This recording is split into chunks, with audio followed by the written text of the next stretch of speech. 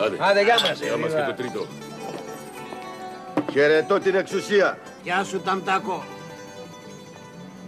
Καλημέρα, Δήμαρχε. Ταμτάκο, με συγχωρείς που δεν σε καλημερίζω, αλλά δεν με ψήφισες και αυτό δεν το ξεχνώ. Και πού το ξέρεις, ρε Δήμαρχε, ότι δεν σε ψήφισα? Μαζί ήμασταν πίσω από το παραβάν. Όχι, αλλά δεν σ' άκουσα μια φορά να πεις «Ζήτω ο Δήμαρχος» και καταλαβαίνεις. Δηλαδή για να μου πεις καλημέρα πρέπει να σου πω ζήτω ο Δήμαρχος? Ναι, ας άκουγα μια φορά από το στόμα σου να πεις «Ζήτω ο Δήμαρχος». Ζήτω ο Δήμαρχος. Καλημέρα, Ταμτάκο. Καλημέρα. Άσε μας, ρε Δήμαρχε. Εδώ έχω σοβαρά πράγματα να συζητήσω μαζί σας. Ήρθα εδώ πέρα γιατί σαν κεφαλές που είστε του Δήμου να μου πείτε κι εσείς τη γνώμη σας. Όπως ξέρετε, τώρα τελευταία είναι πολύ δυσκύλια τα πράγματα τα οικονομικά στη χώρα, έτσι. Το εμπόριο έπεσε κάτω του κόστους. Το ξέρουμε. Γι' αυτό έβαλες μπρος την ιδιωτική πρωτοβουλία και πουλούσες τους γύφτους. Θα σε έχωναν μέσα καημένε. Αλλά ευτυχώς πέσαμε όλοι απάνω και τη σκεπάσαμε την υπόθεση. Μην τα μεγαλοποιείς έτσι τα πράγματα, ρε Δήμαρχε. Δεν τους πουλούσα για πούλημα. Αλλά τι τους έκανες? Τους έστελνα έξω για μετεκπαίδευση. Μετεκπαίδευση?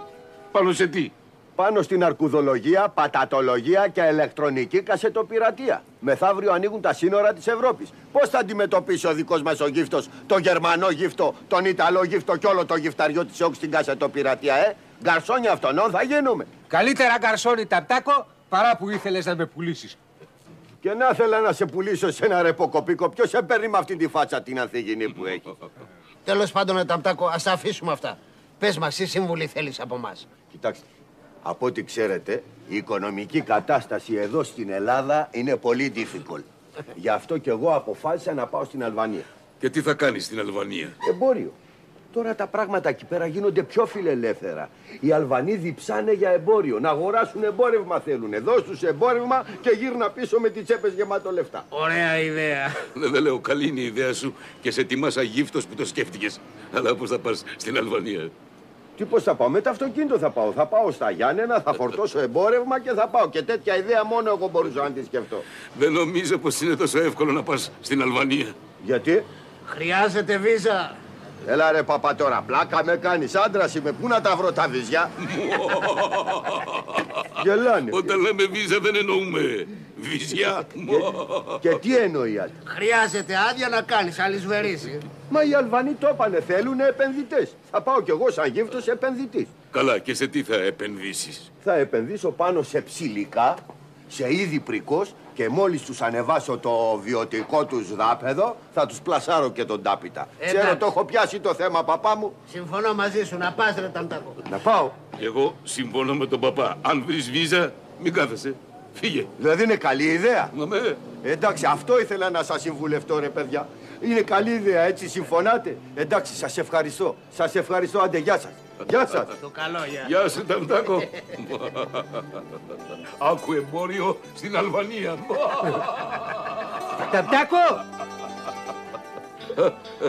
Άντε, γεια μας, παπά.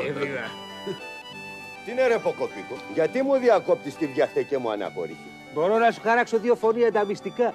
Πες τα μεγαλόφωνα και χωρίς μυστικά, εγώ σ' ακούω. Όχι, μεγαλόφωνα δεν μπορώ. Άμα θέλεις μυστικά, να σου λύσω το πρόβλημα του ταξιδιού στην Αλβανία. Πώς θα μου το λύσεις, ρε? Έχεις παρτίδες με τον Ηλία, τον πρόεδρο της Αλβανίας? Όχι, έχω κάτι καλύτερο. Πάμε να μου το πεις, ρε. Αλλά άμα πεις βλακεία, θα σε τραβήξω να ψηλώσεις σαν το φασούλα θα σε κάνω. Πάμε. Άντε πάμε.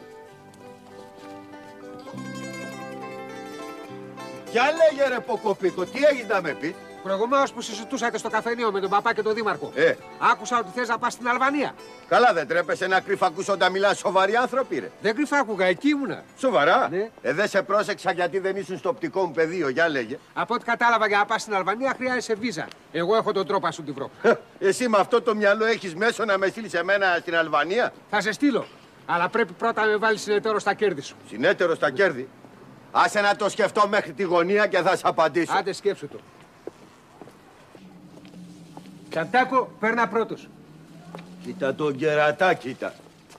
Ρε απ' την κουμπότρυπα με βάζει να περάσω, δεν μπορούσα να έρθουμε από δίπλα. Για να κόψουμε δρόμο, για. Τι δρόμο, ρε? Λοιπόν, τώρα που στρίψαμε την κονία, για λέγε, θα με κάνεις συνεταίρο ναι ή ου? Βράστα συνεταιρλίκια, λέγε τι μέσον έχεις για να περάσω από τα σύνορα της Αλβανίας. Μόλις πας στα σύνορα Αλβανίας-Ελλάδος στην Κακαδιά, εκεί υπηρετεί ο ξάδερφός μου ο Γιάνγκος. Είναι 19 και έχει μεγάλη ισχύ. Μεγάλο δόντι να πούμε. Σούπα, τόσο μεγάλο σόι έχετε βγάλατε και 19. Τι 19, λοχείας θα γινότανε. Αν δεν είχε απολυτήριο δημοτικού. Αυτό θα βρεις απίσω τη έστειλα εγώ και θα περάσει ακύριος μέσα.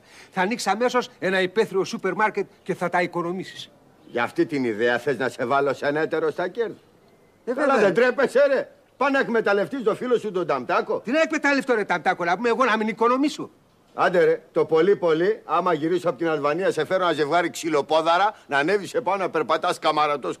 Εγώ δεν θέλω ξυλοπόδαρα, θέλω να στέκομαι στο ύψος μου. Ποδήλατο με κουδουνάκι θέλεις? Ούτε ποδήλατο θέλω. Άντε ρε, θα σε φέρω μια Αλβανέζα γκόμενα νταρντάνα. Τι να μου φέρεις? Γκόμενα νταρντάνα Αλβανέζα. Γκόμενα Αλβανέζα. Μπράβο, Ταμτάκο, να σε φιλήσω.